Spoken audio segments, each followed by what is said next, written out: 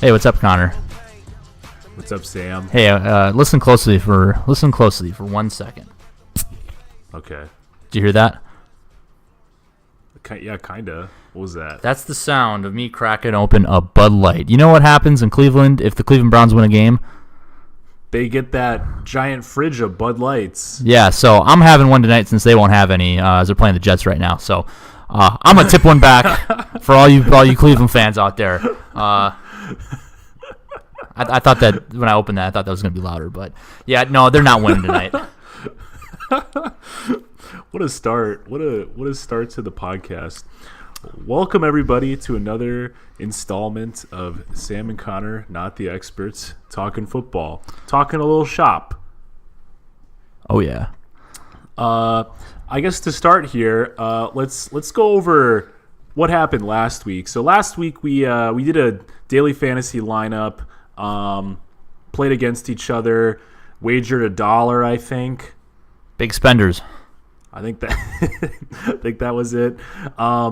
And I came out on top again. This time though, it wasn't quite so decisive. As a matter of fact, for a while on Sunday, I thought for sure I was going to lose. So let's go through what happened here. I had Ben Roethlisberger as my starting quarterback. He went off pretty late in the game, Kansas City, Pittsburgh. He ended up with almost 42 points. Compared to Sam Darnold. Oh, that was a mistake. Starting against. That was a mistake. Yeah, he didn't do great. He wasn't like awful, but he didn't do anything substantial. He threw a couple picks and he didn't score any touchdowns. 334 yards. He didn't score any touchdowns. He didn't? Well, I don't know. Maybe he did. He has a passing touchdown recorded here. Well, never mind. He had a really pretty good game, I guess. Then. All right. But he got 18.46 points. He was all right. Next I had Chris Thompson. He sort of went off against Indianapolis, even though Washington underperformed in that game for sure. And Sam had Adrian Peterson. So we sort of talked about the differences between Chris Thompson and Aiden, good old all day last week. And looks like I picked right this week.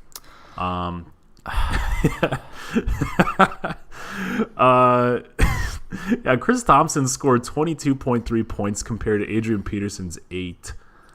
Oops. Yeah. I think AP still got more carries, but yeah, he just didn't do anything against Indianapolis. So moving on here.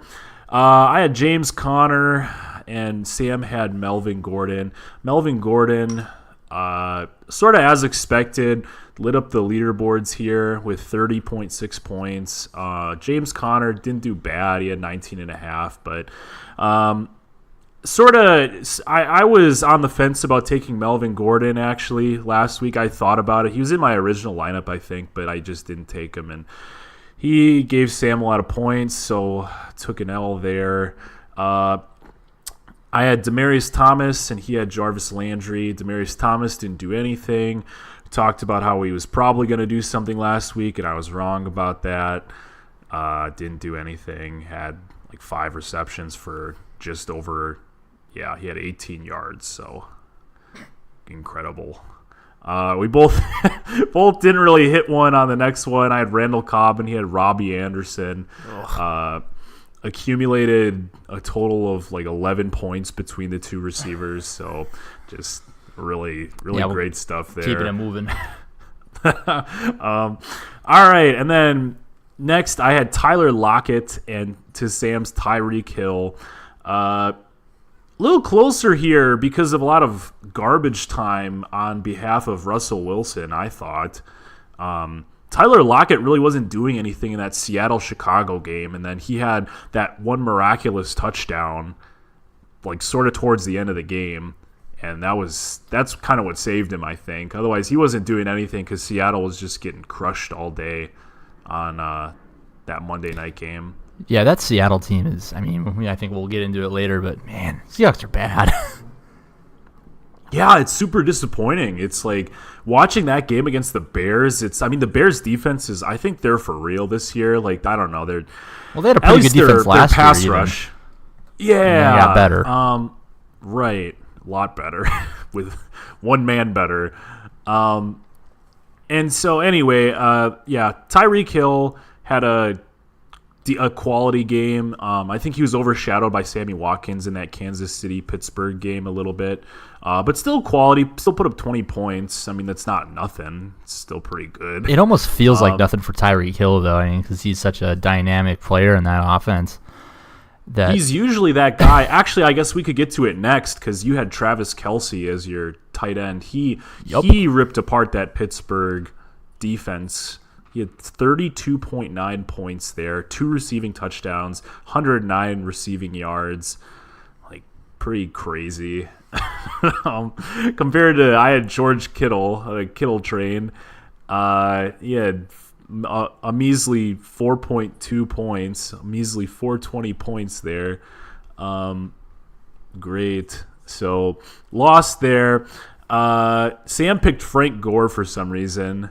I like old running backs. What can I say? He had 5 points, and I picked Antonio Brown, and Antonio Brown actually didn't have a great game against Kansas City. Did he have more than 5?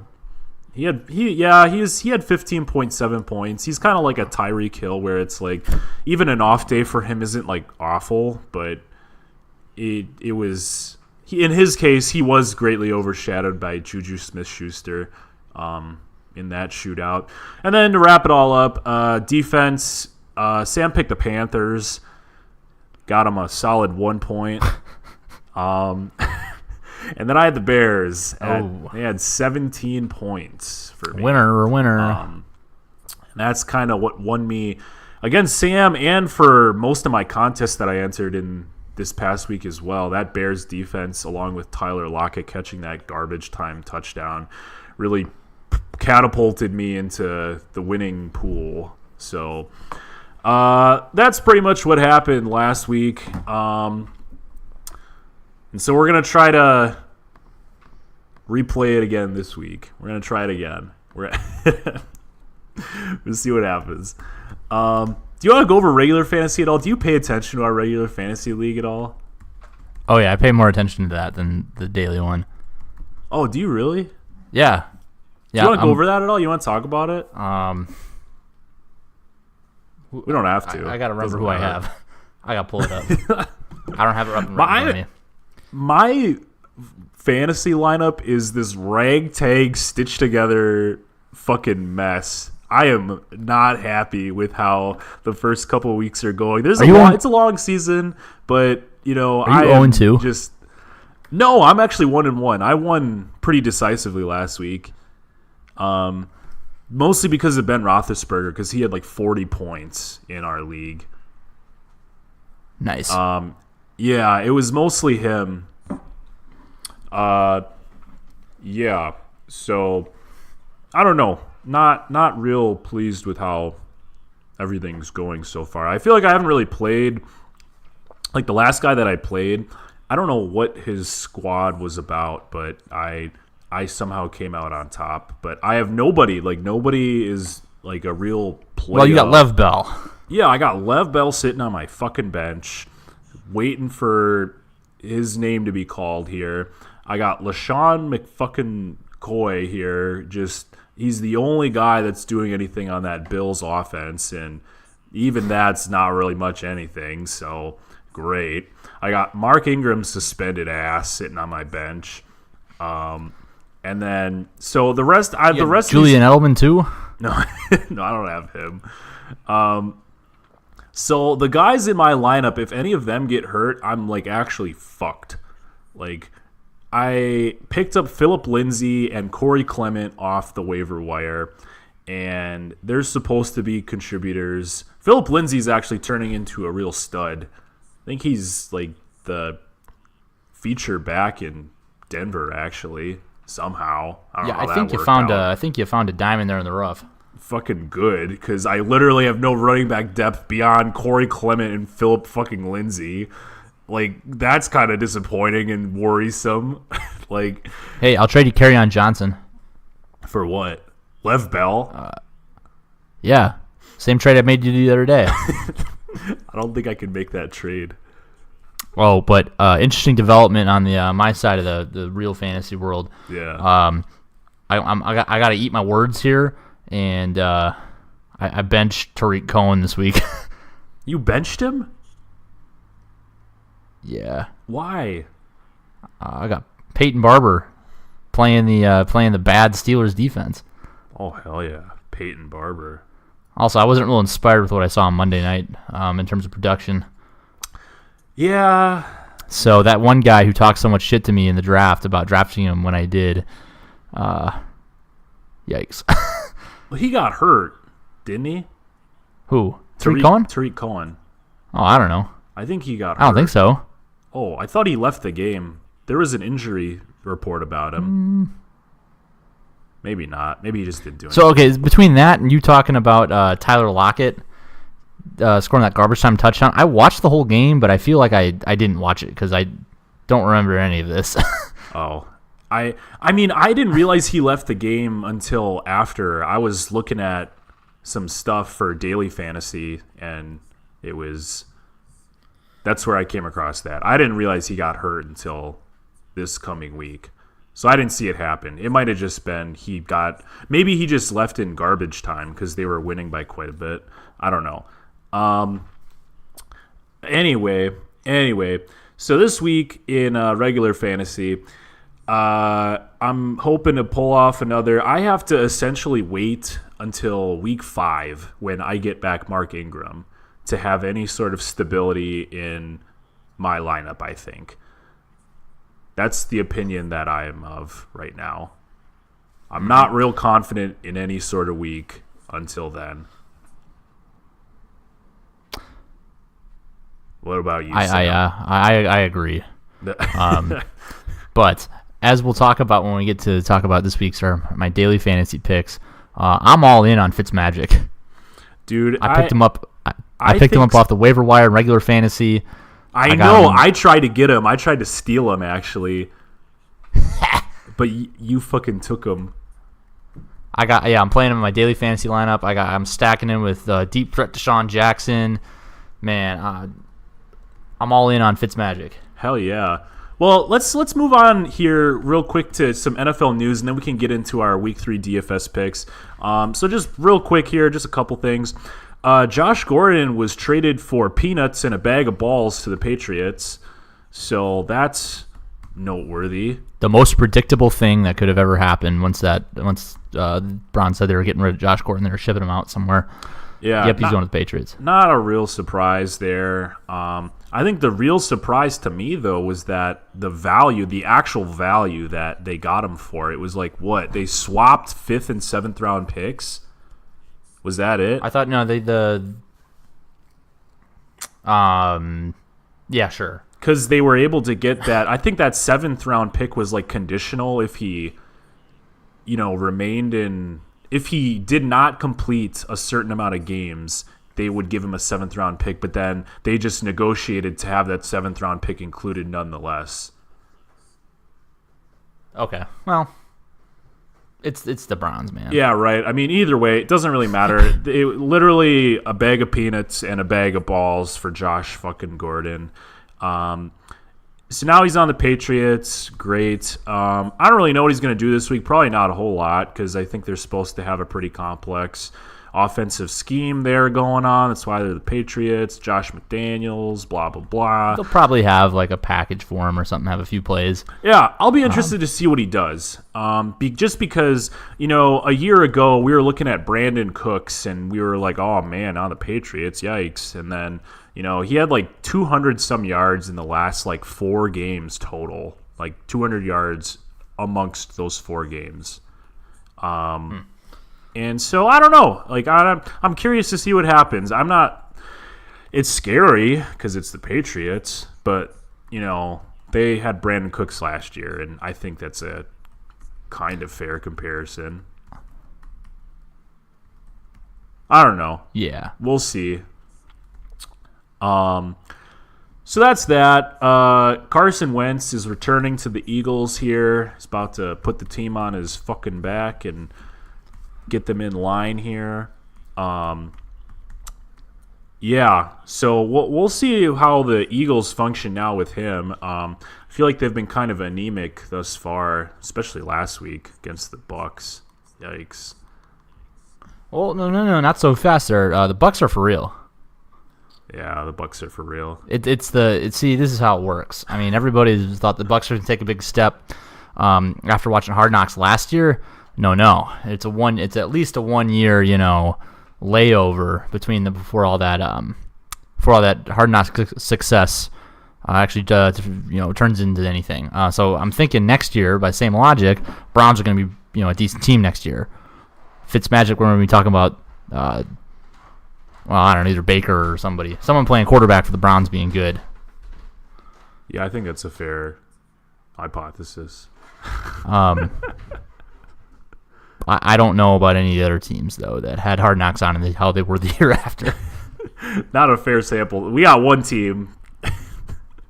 Yeah, so I don't know. We'll see how the Eagles shape up. Yeah, I guess next on the list here, Ryan Fitzpatrick, MVP season. Is he for real? Sam thinks he's for real. I'm buying for real. I heard he was on. I listened to an interview with him talking to Dan Patrick this week. Yeah, on the Dan Patrick show, and dude is just like boring as hell. He's kind of from what I remember in Hard Knocks, he was just this real dry fucking dude. Exactly what he is. Really dry, like sarcastic motherfucker. But I don't know. Harvard, man, maybe that's what it does to you.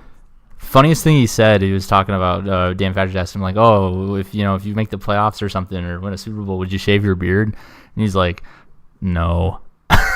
He says no, and he's like, "Oh, but does your wife like the beard or something?" He's like, "No, she hates the beard, but we got our 7th kid on the way, so something's working."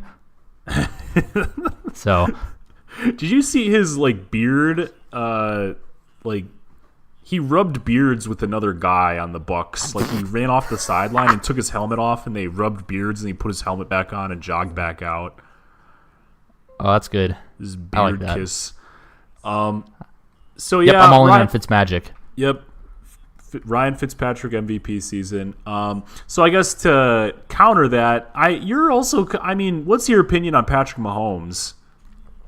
He's not MVP but co-MVP. Co-MVP. Let's go. Touchdown Jets. Guess who? Is it Little Quincy? No, it's the Crow-Ho. Who is it, Sam? Isaiah Crowell.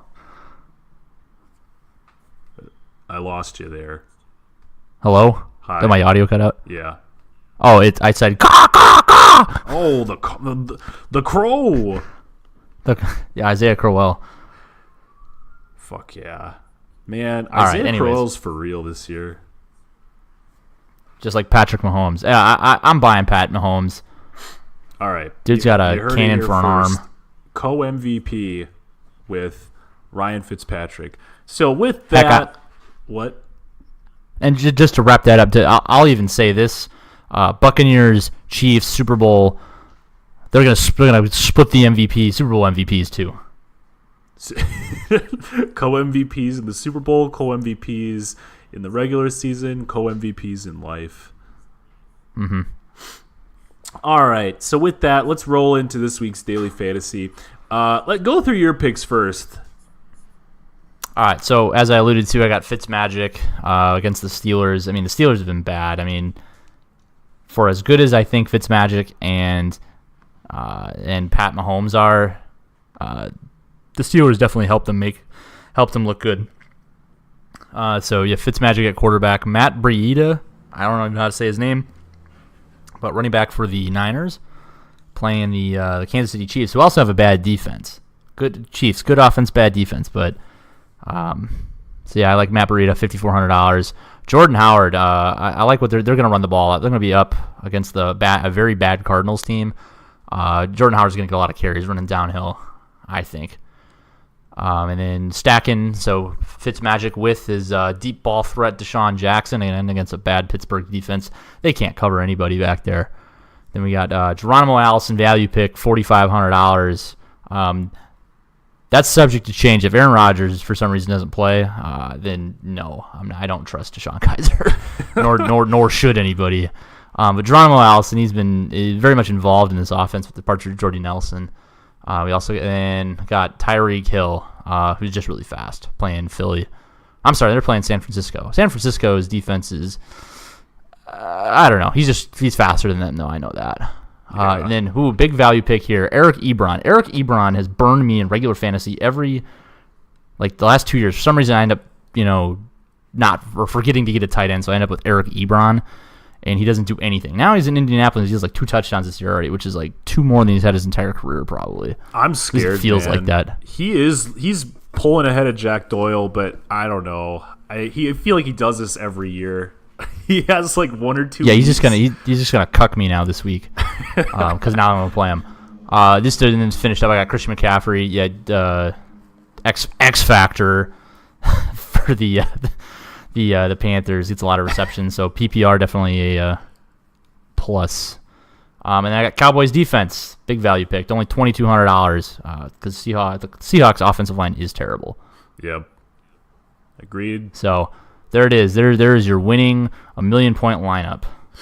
Yeah, there's a lot of things in there. I tweaked my lineup quite a few times this time around, and in several configurations that I had, I definitely had Ryan Fitzpatrick, Matt Breida, Jordan Howard, Deshaun Jackson, Tyreek Hill, in 1 or 2 of those variations that I had.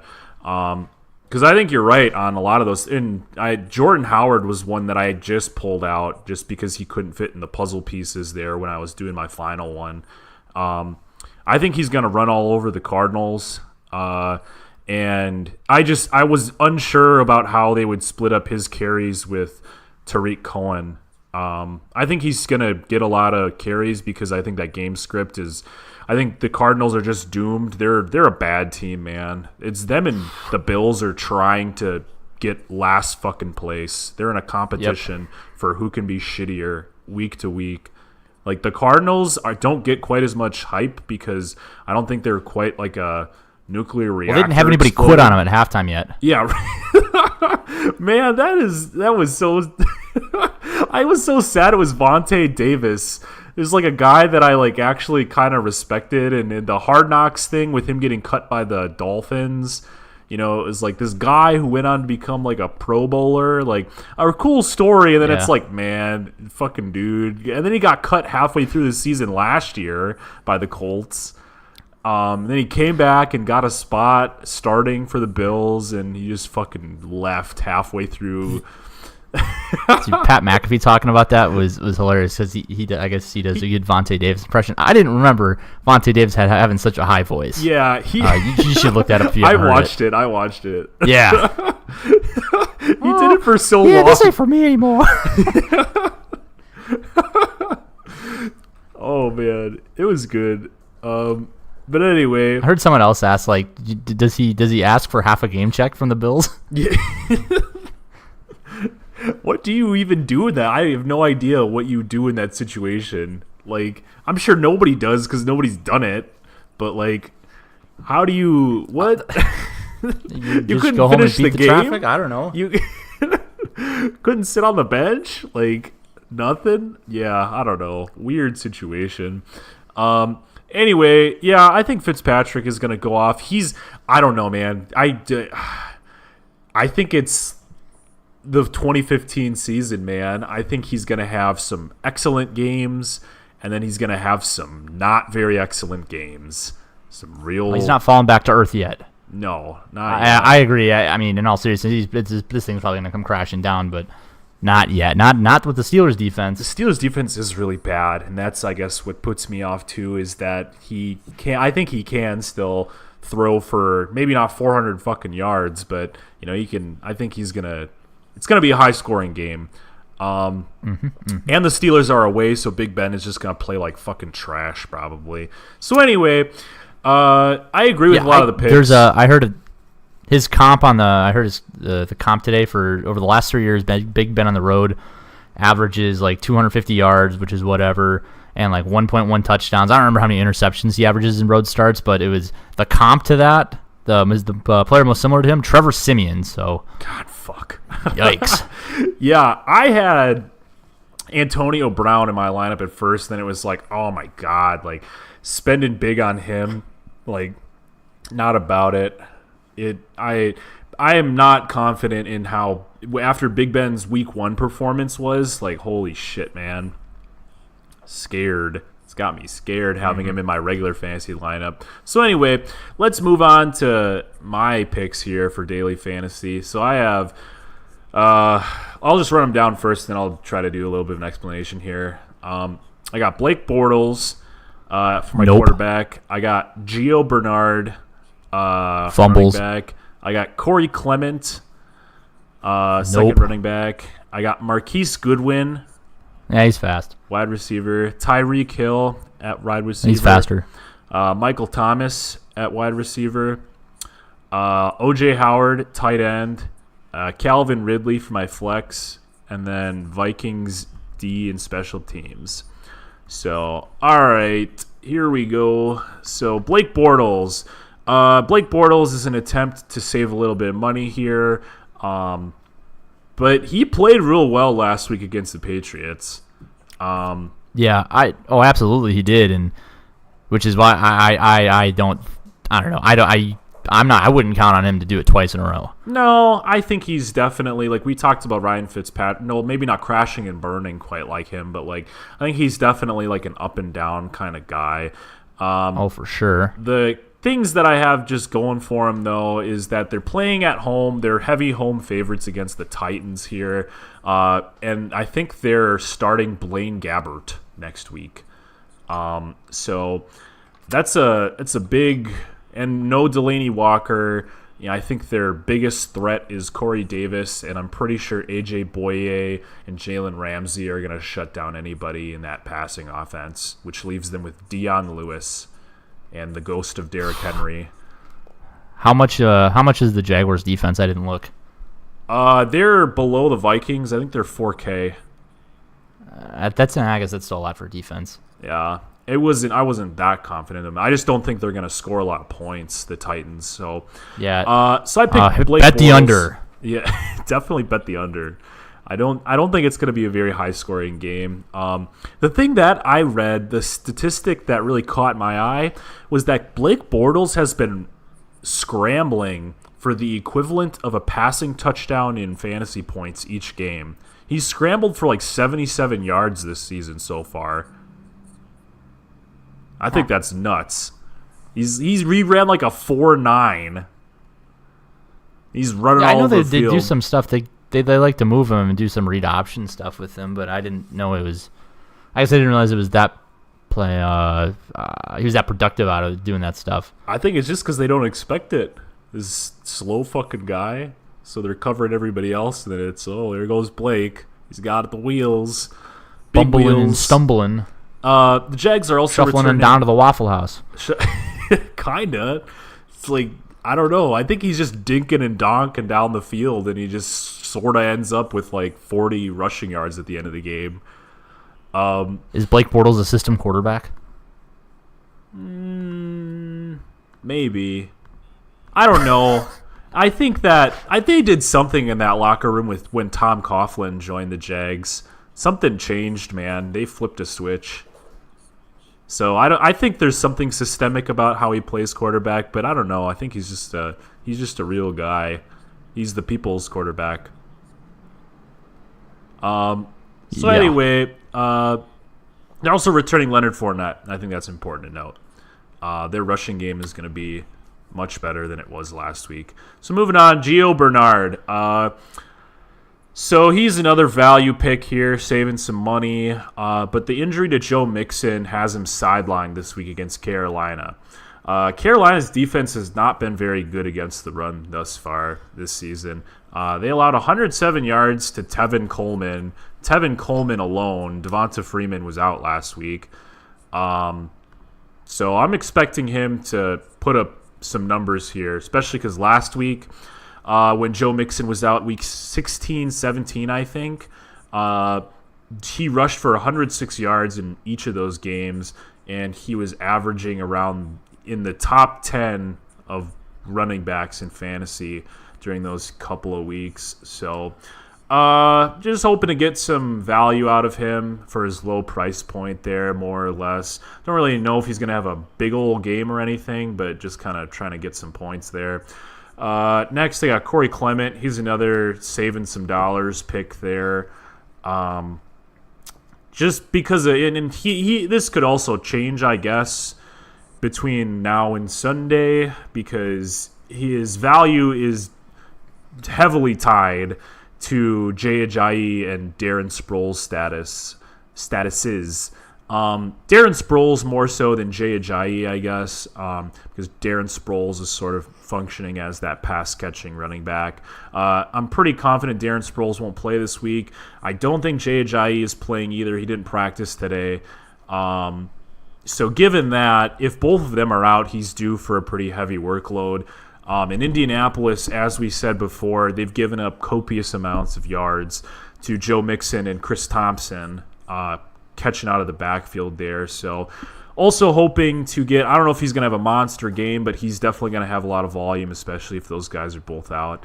Next, I have Marquise Goodwin, and he's a big old question mark too, because he was hurt and out last week. But if he is in, I think he's going to torch that Chiefs defense, because that Chiefs defense is not very good, or the secondary. They gave up 442 passing yards to the Steelers last week.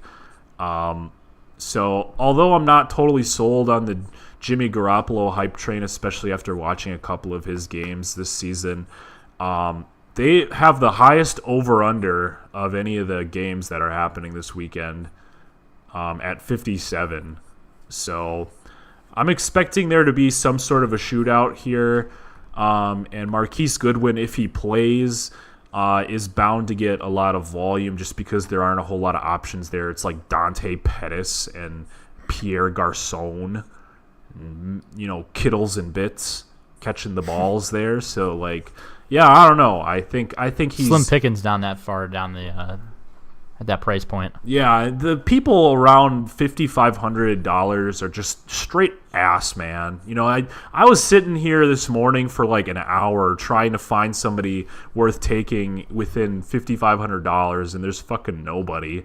So here I am taking Marquise Goodwin, I guess. So anyway, moving on. Tyreek Hill. Sam already talked about him. He's going to get a lot of points against San Francisco.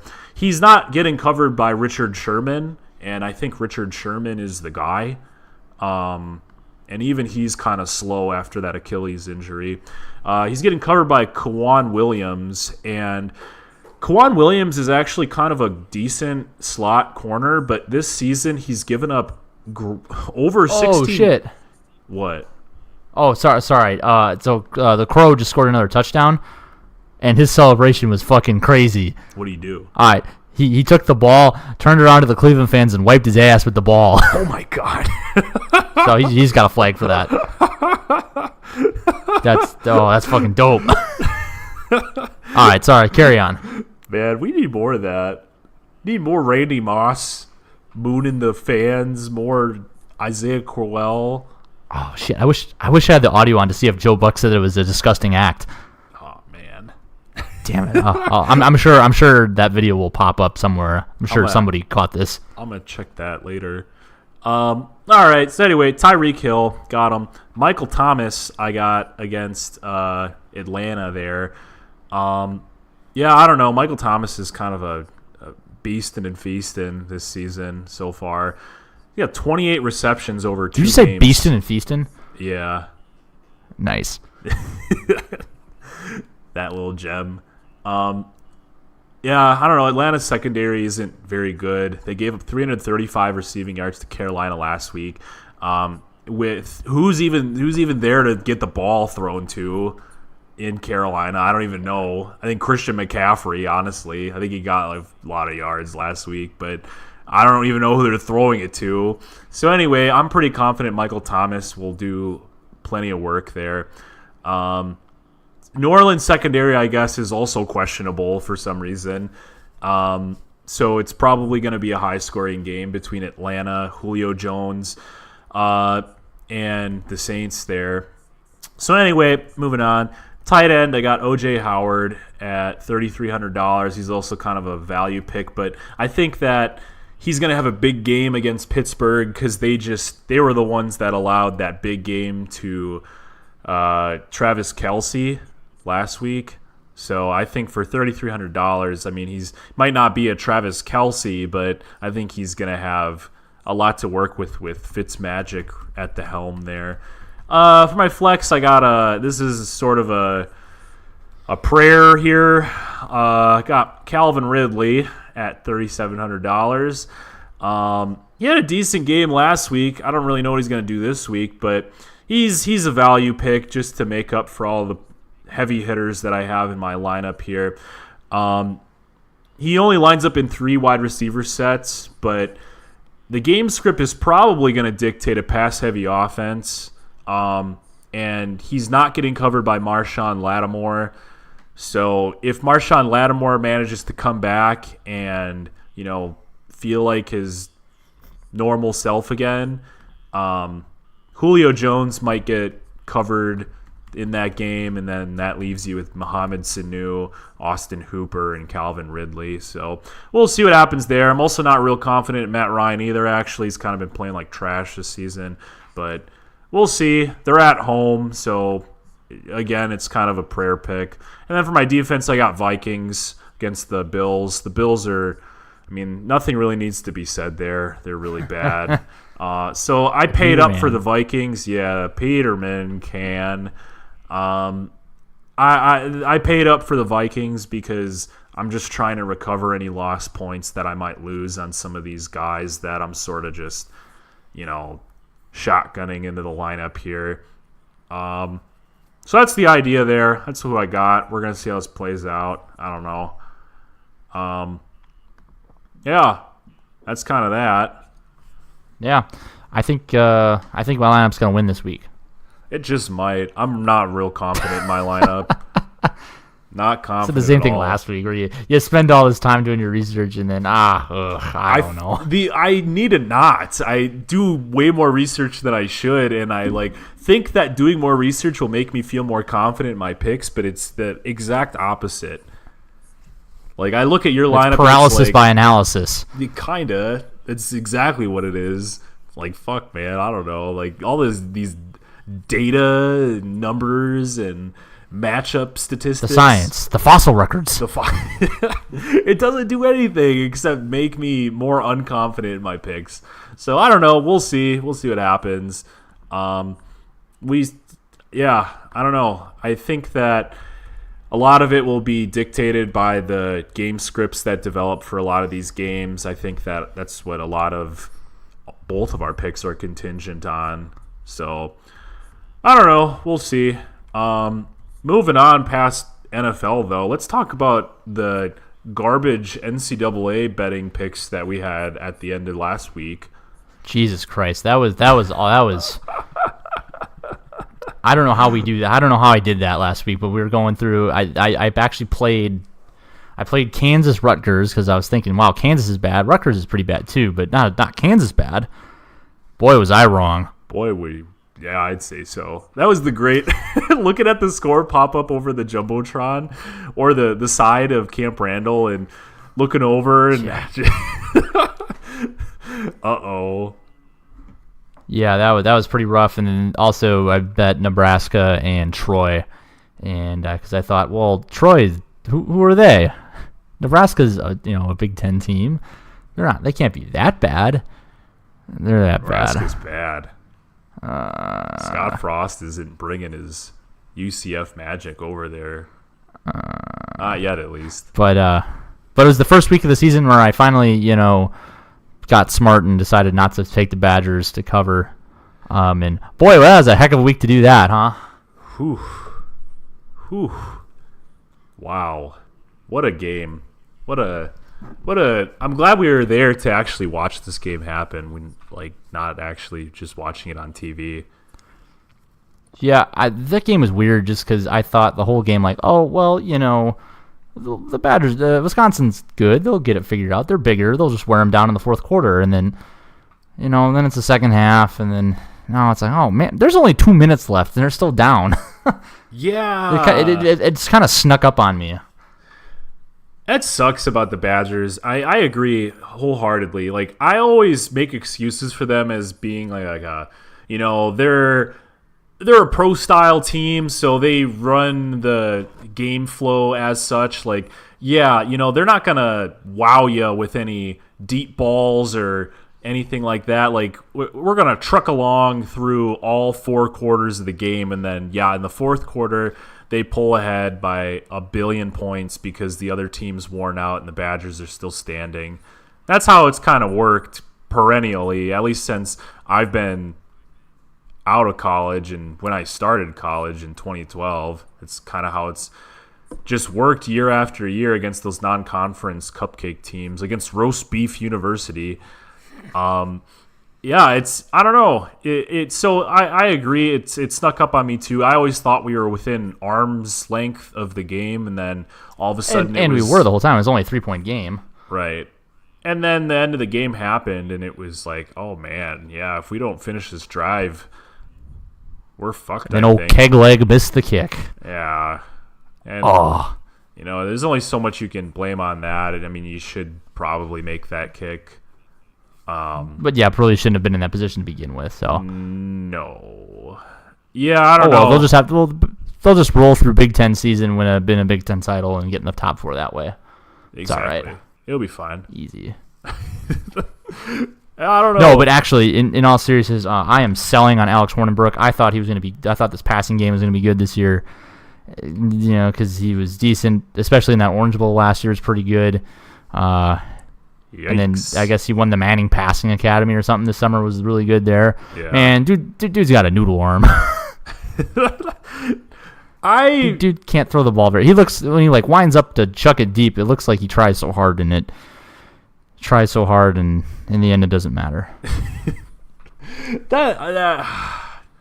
Yeah, I feel the same way. I want to defend him, man. I want to be on his side, but I'm too. not. After the game, I was like, you know what? He was thrown to a bunch of 18-year-olds out there. Every single person on his wide receiver core is except for Danny Davis, is a freshman, and he's got tight end, I guess, but I don't know. I wanted to make excuses saying the receiving core is real young, but that one interception he had, that was just not. That was pretty bad. It was that's not even close, man. And that ended up being huge because that turned right. That was a short field, and BYU scored a touchdown. That really was a big deal. Not great. Not happy. So yeah, I agree. Alex Hornibrook, maybe not. He's not the second coming of Jesus like we all thought. Well, he's just left-handed Joel Stave. Kinda. Which is fine. He gets the job done. It's not clean, but he'll get you. We'll ride on the back of our Heisman candidate here. He hands the ball off good. Yeah, right. Really, we just need our O-line to be better and Jonathan Taylor to run through the holes that they develop and not fumble. Yeah, right. And that's how we win games. That's how we've won games since the beginning of time. So.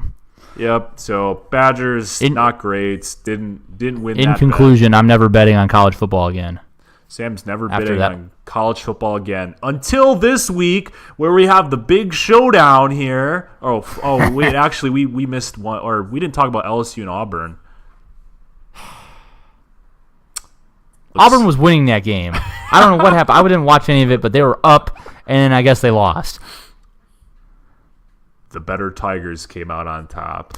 Yeah, Cam Newton didn't do my Cam Newton justification didn't do anything for me. Didn't outduel the Matt Flynn, Zach Mettenberger duo. The Odell Beckham, yeah, the ghost of Odell Beckham and Jarvis Landry carried LSU through that game. Yeah, so I don't know. I didn't pay attention to anything from that game. just kind of big that LSU won that game, I guess. LSU's for real this year. So anyway, not betting on any collegiate games until this week. The big showdown that we have this week is Stanford and Oregon.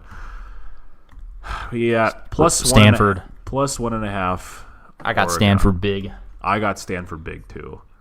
Right before we recorded this, we watched a video of the Stanford tree against was that Virginia Tech, the Hokie? Yeah, the Virginia Tech turkey.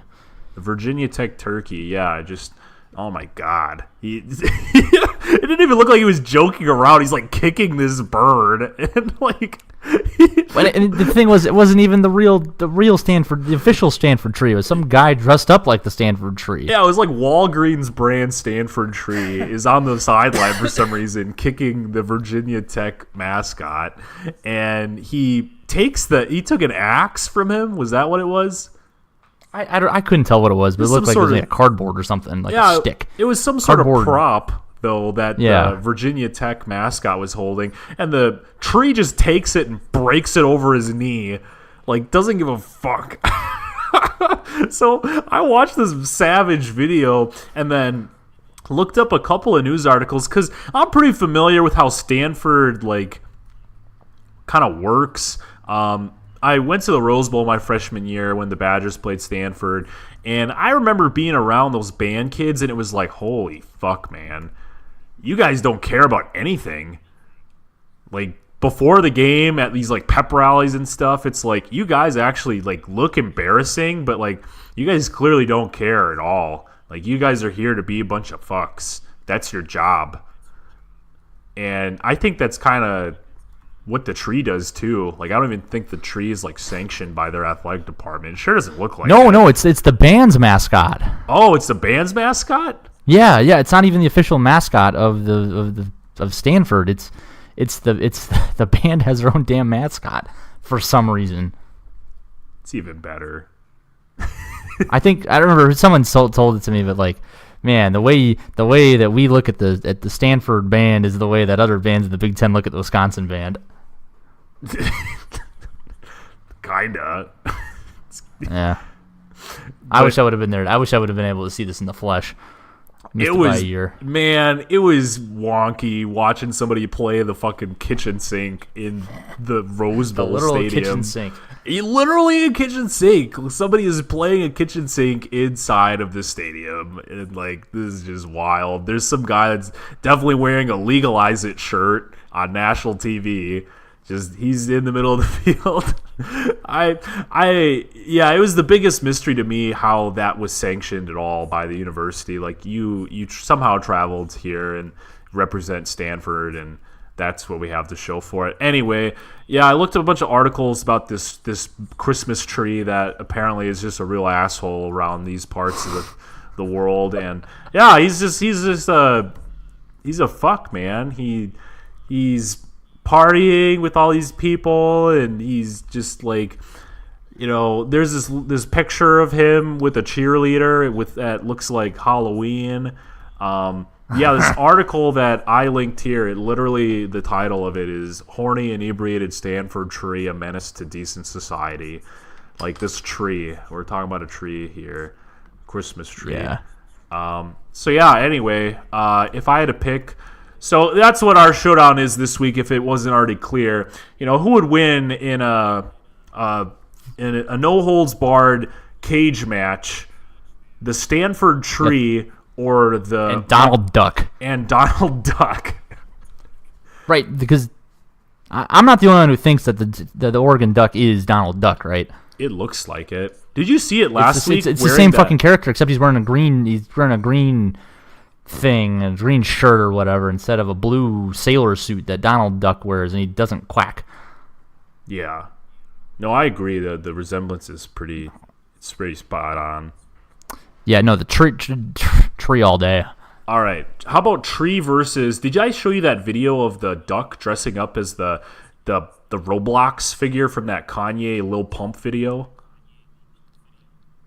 Yes, you did. Yeah, dude comes out of the tunnel dressed as that Roblox duck just sort of warbling onto the field there.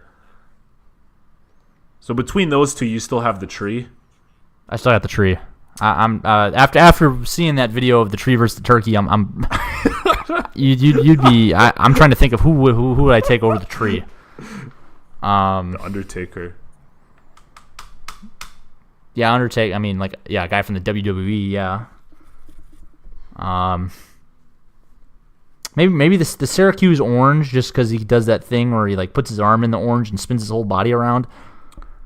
That's always entertaining to me.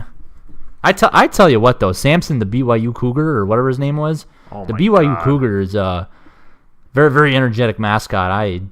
I was a big fan of his work. I was surprised at how agile he was in the heat. Yeah, He it was wasn't hot. slowing down. He'd jump up on the fence there after they'd score a touchdown or whatever, or get a stop, what have you. He had moves too in the end zone. He was spinning around and sliding around, and It's that Mormon magic, man. it's their secret underwear. It's what not having sex does to you. Not having sex, but multiple wives. They figured it out. They found out how to do it. It's why Jamal Williams from the Packers. He What? he was Did you go to BYU? yeah, he went to BYU. He was banned did? for Oh, a I whole didn't know year that. because he had a girl in his room. Oh, I remember that. I heard about that. That happened to some kid on the basketball team there years ago. But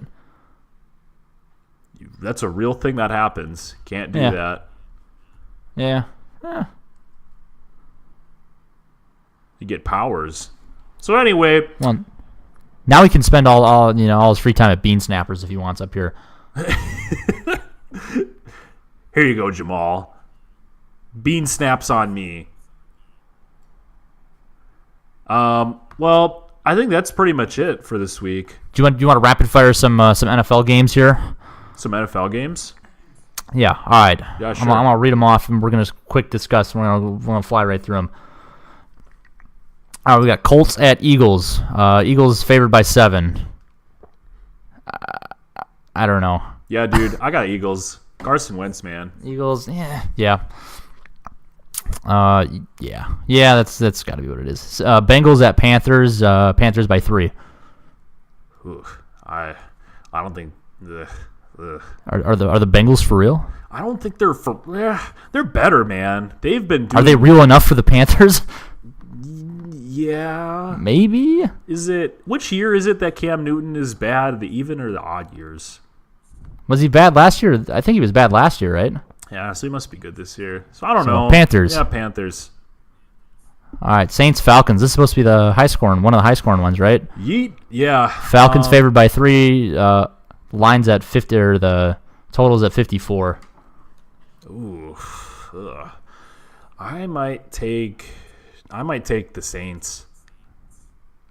I don't know if I don't trust either of those teams right now. After I don't the Saints, either. but they playing down to the Browns and the Falcons. I don't know. I'm gonna take the Saints still. I'm gonna go Falcons. All right. We got Broncos Ravens. Ravens favored by 5.5. I'll take the Ravens in that. I'm gonna go upset here. Broncos. think Case so? Keenum. Case Keenum's gonna get it done. He's been pretty decent so far this year. I think this game I think. might do him bad. Yeah. Yeah, I like the Broncos in this one. Okay. All right. All right. Giants at Texans. Texans favored by 6. Ooh, I think this is a make it break it game for either of those teams. Honestly. Yeah, both 0-2. Yeah. Sounds kind of good. I think if the Texans lose at home, that's a pretty telling sign that their season's kind of in danger. Bill here. O'Brien's got to be fired then, right? I'd think so, man. He's been around for too long, I think, with that squad. Unless they want to keep him around to see if he can continue to develop Deshaun Watson, but they're close, but yeah, I don't think so. I think I'm taking the Giants.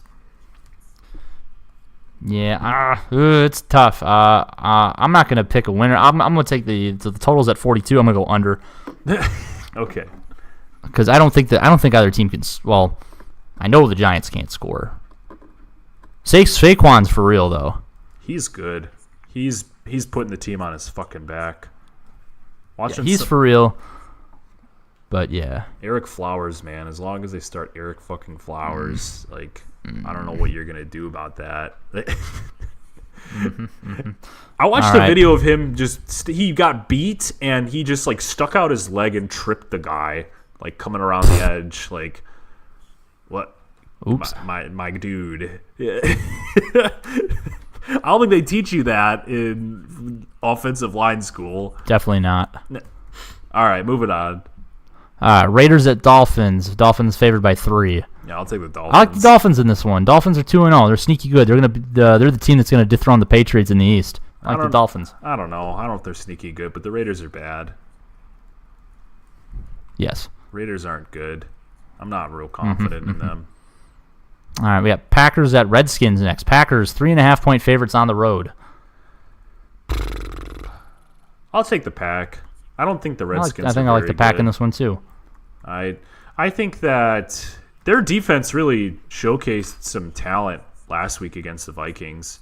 They did most of the game against Chicago too. Yeah, they're pretty good. I really like the rookies that are playing, and the rookies and Kevin King is not a rookie, but he didn't play a lot last year. I'm really liking the revamped pass defense that we have. So I think they'll get it done. There's really who does Kirk Cousins, Alex Smith. Who does he even have to throw to? It's Jamison Crowder, Paul Richardson, Jordan Reed. Yeah. I don't know, man. Not real confident there. So I'll take Pack. Yeah, I like the Packers. Yep. Okay, next one. This line is really something. Bills at Vikings. Vikings favored by 17. That's a lot of points. Wow. I think the Vikings cover though. I think I don't even know if it'll be a high scoring game. I just don't think the Bills are gonna ever get. Yeah, I just don't think the Bills can score. It's gonna be a lot of punting for the Bills. Yeah, I think the Bills are just that bad. Where 17 isn't a bad spread. Yeah, I think the Vikings can do that. They're really good defense and really, really just god awful offense. Mm-hmm. All right, next we got 49ers at Chiefs. Chiefs at favorite at home by 7. Total at 55.5. Expecting to be a high scoring game. I'll take the Chiefs in that. Chiefs by 7. I'm going to go Niners. I think the Chiefs will win, but I think the Niners will keep it within a touchdown. Maybe. I don't know. Kansas City at home. That means anything. Yeah, I don't know. That should be an interesting Kareem game, Hunt is due for a decent game. He has not had a good game yet this year. And I think yeah, you think you'd be able to run, especially with the you got the threat from Patrick Mahomes, throwing the deep ball should open up the running game because there's no way they can load the box with the weapons they got on the outside, you'd think, right? Right, you would think. So he was real low in. I almost took him in daily fantasy, but I didn't because I didn't want to get burned by him. But he's due for a big game, man. He's too good to not have those big games at least every once in a while. I get it, more pass heavy offense because Pat Mahomes is good at hucking it deep to Tyreek Hill and Sammy Watkins and Travis Kelce. But I don't know. We'll see. Yeah. Well, speaking of good game or a big game here, Baker Mayfield is winning the game for the Browns. He's winning the game? No, they just put him in at quarterback. What? Baker Mayfield's in the game for the Browns. Yeah, why? Tyrod got hurt or something. Oh. Uh-oh. So here we go. It's first pass. He's throwing it, and he completed it to Jarvis Landry. That's probably a good place to throw it. All right. Jarvis. Good guy Jarvis.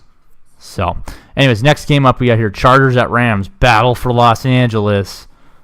Rams favored by 7.5.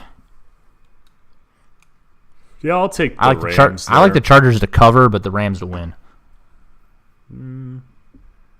That Rams offense is pretty good. They're scary. And that Phillip Rivers pretty good. Yeah, I saw a highlight. Dude, I forgot Sam Shields was on that fucking Rams defense, that secondary.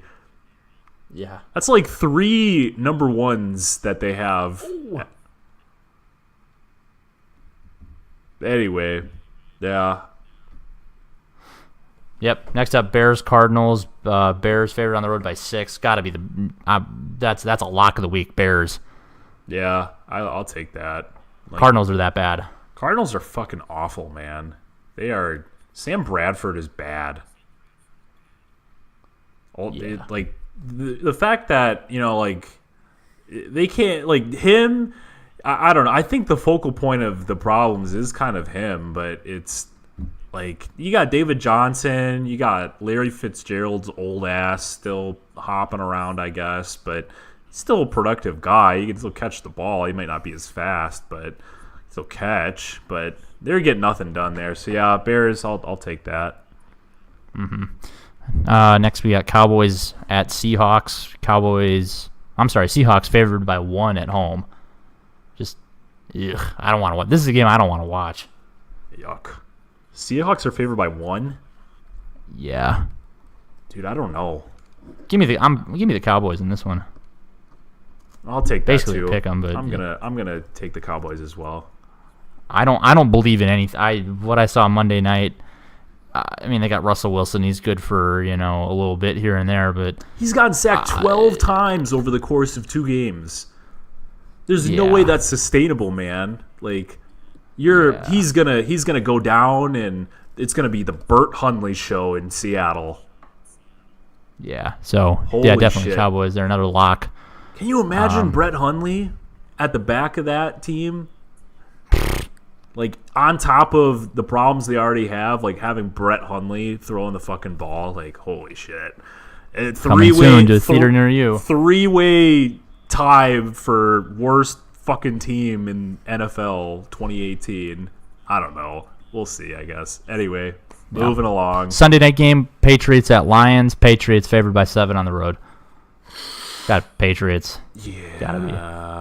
Yeah, I'm not confident in the Lions. I think that the Lions might put up some points. I think that, I don't know, it's kind of a toss-up, but I think at the end of the game, I think that the Lions are going to get torched. So yeah, the Patriots. Should have looked up what Bill Belichick's record versus former assistant coaches is. Oh, yeah. I don't think it's very good for the assistant coaches. Probably not. Not great. Nope. So I think that's definitely want to bet New England.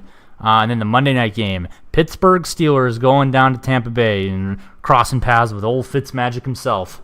Oh my God. Buccaneers favored by. Oh, I'm sorry. Steelers favored by 1 on the road. Definitely gonna be Buccaneers. 1? Oh my God. Yeah, I'll take the Bucks. That Steelers, the whole locker room is so dysfunctional, man. It's nuts. Oh, hey, 1 second. Brown's new kicker about to kick his first field goal attempt. Let's see if he makes it. Snap, the hold, kick. Oh, he sliced it in. I thought he missed it, but no, it went in. Brown's got a kicker. 14-3 Jets. Who's their kicker now? Greg Joseph, rookie from FAU. Oh my God. This guy. Some dude. Boy, that thing came off left right off the bat, and that thing sliced back in there, right down the middle. Thank God, Browns found a kicker. That's not good enough for Bud Light, though. No, that won't do. It's 14-3, right? Yep, 23 seconds before halftime. So, yeah, I don't think they're gonna win. No Bud Light for them. Doubtful. Yep. So that's that. That's the NFL. Yeah, there's all your winners this week. All of them winners. Yep. All right. Well, I think that'll wrap it up. I think we're getting close to pushing an hour here. A little longer this week. Hope that this was a relaxing time for everybody listening out there. Just perusing through the data. Ooh, the kicker just kicked that new kicker just kicked the ball out of bounds. Yikes. On the kickoff. Oops. You see that Michael Dixon drop kickoff? I did, and well, the one he kicked out of bounds? That one and the onside kick. Yeah.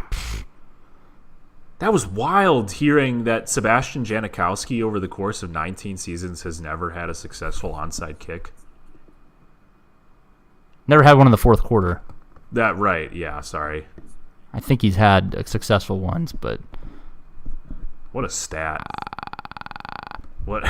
He looks so funny in that Seahawks uniform. Looks too small for him. Yeah, I think Steve anyway, Bass likes to have a good time. I think that'll do it for us here. What do you say, Sam? That'll do. All right. Tune in next week for more expert analysis. Tune in next not week for more expert analysis. See ya. And that's on everything. Hold up, standing on the club couch, on the corner, thugged out. Chicks stick their tongues out. I pull ones out. I'm doing everything I rap about.